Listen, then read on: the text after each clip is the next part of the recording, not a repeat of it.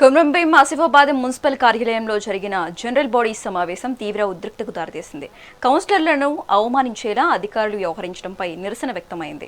సమావేశానికి వచ్చిన ప్రజాప్రతినిధులను లోపలికి రానివ్వకుండా గదికి తాళం వేసి గంటసేపు బయటే నిలబెట్టడంపై 15వ వార్డు కౌన్సిలర్ అబ్దుల్లా బిన్ అహ్మద్ ఆగ్రహం వ్యక్తం చేశారు. సుమారుగా 4 లక్షల రూపాయలతో నిర్మించిన కొత్త సమావేశ గదిలో కనీస సౌకర్యాలు కూడా లేవని ఆయన మండిపడ్డారు.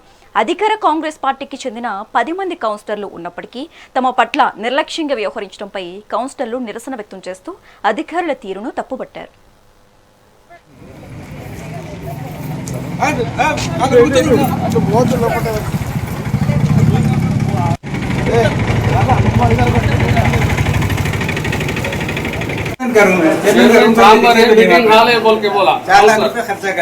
లక్షలు ఇప్పటిదాకా ఖర్చు పెట్టిందో దాంట్లో కూర్చొని అర్హత కూడా లేదంటున్నారు. మాకు కౌన్సిలర్లకు 10 మంది కౌన్సిలర్లు, మెజార్టీ కౌన్సిలర్లు 10 మంది ఉన్నాం మేము, అయినా కూడా మాకు కూర్చొని అర్హత కూడా లేదంటున్నారు. ఇప్పుడు మీటింగ్ హాల్లో కౌన్సిలర్ అందరం కలిసి 10 మంది పోవడం జరిగింది. కానీ అక్కడ పోయినాక ఎటువంటి గౌరవం లేదు. మేము చెప్పినాం, ఇంతకుముందే మన కమిషనర్ గారికి 6 తరఫున మేము ఒక అప్లికేషన్ ఇవ్వడం జరిగింది. వైస్ చైర్మన్ కుర్చీ చైర్మన్ పక్కకు ఉండొద్దు, ప్రోటోకాల్ ప్రకారం ఉండొద్దని చెప్పినాం. కానీ ఆయన ఏమన్నాడు, ఆ రోజు నేను జిఏడి నుండి తెప్పించుకుంటా, అసలు సర్కులర్ ఏమున్నది, ప్రోటోకాల్ ఏమున్నది తెప్పించుకుంటా, దాని తర్వాత రిప్లై ఇస్తా అన్నాడు. 10 మంది రాసి ఇచ్చిన కౌన్సిలర్లకే 1 నెల జరిగినా కూడా ఇప్పటి వరకు స్పందన లేకుండా దానికి జవాబు ఇవ్వని పరిస్థితి. అదే మేము ఇప్పుడు అడగడం జరిగింది. ఇట్లా నీకు 1 నెల అయింది ఇచ్చే, ఇప్పటివరకు మాకు రిప్లై లేదు, నువ్వు ఇంకా వేరేలోకి ఏం పని చేస్తావు అంటే బట్టేనే నిలబడి ఉంటుండ, కానీ ఏం చెప్పే పరిస్థితి లేదు.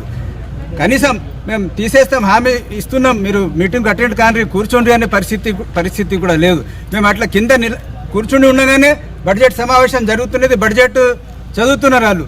అంటే కనీస గౌరవం లేకుండా ఉంది. కాబట్టి మేము ఈ సమావేశాన్ని బహిష్కరించి బైకాట్ చేసి ఇక్కడికి బయటికి వచ్చడం జరిగింది. మీటింగ్ హాల్ మరియు చైర్మన్ ఛాంబర్ ఒకటే అని చెప్పిండ్రు. ఈ రోజేమో మీటింగ్ హాల్ వేరే దగ్గర పెట్టిండ్రు.